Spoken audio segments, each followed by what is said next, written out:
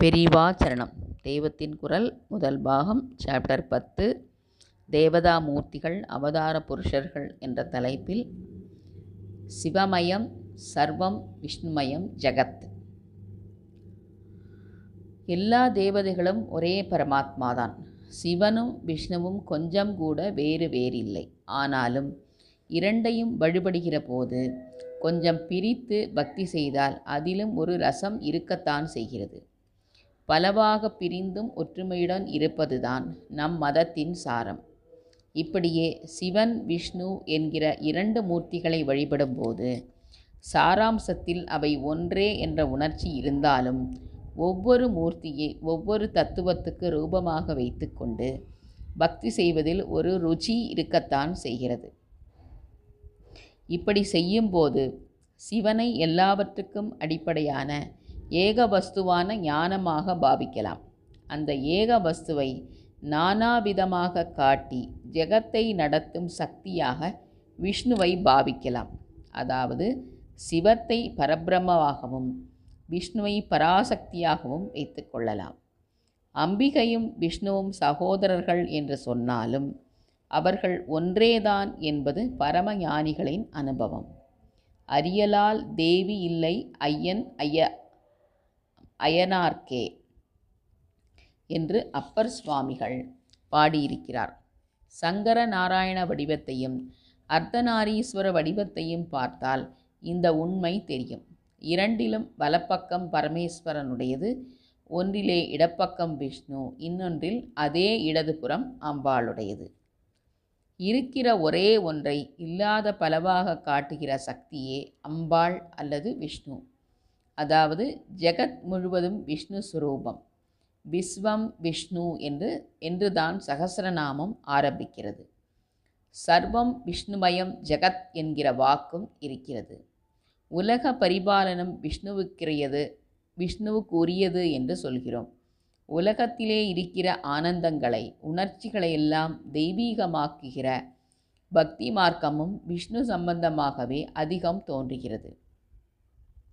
ஹரிகதை ஹரிநாம சங்கீர்த்தனம் என்றெல்லாம் சொல்வது போல் ஹரகதை ஹரகீர்த்தனம் என்று சொல்வதில்லை. கதை பாட்டு இந்த ஆனந்தமெல்லாம் விஷ்ணுவிடமே அதிகம்.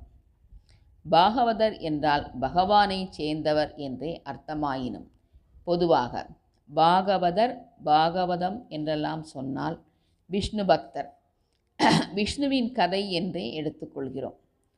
பிரபஞ்ச சௌந்தரியங்களையெல்லாம் வைத்து பூஜை பக்தி பஜனை கதை சொல்வதெல்லாம் விஷ்ணு சம்பந்தமாக இருக்கிறது.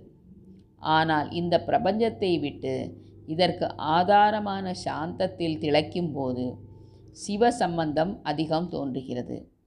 சிவஞானம் சிவயோகம் என்று சொல்கிற மாதிரி விஷ்ணு ஞானம் விஷ்ணு யோகம் என்பன காணப்படவில்லை.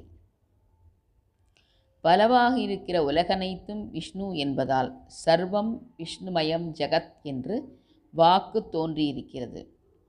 பலவாக காண்கிறது போனால் சர்வம் போய்விடும். ஏகம்தான் இருக்கும்போது சர்வம் என்ற வார்த்தைக்கு இடம் ஏது?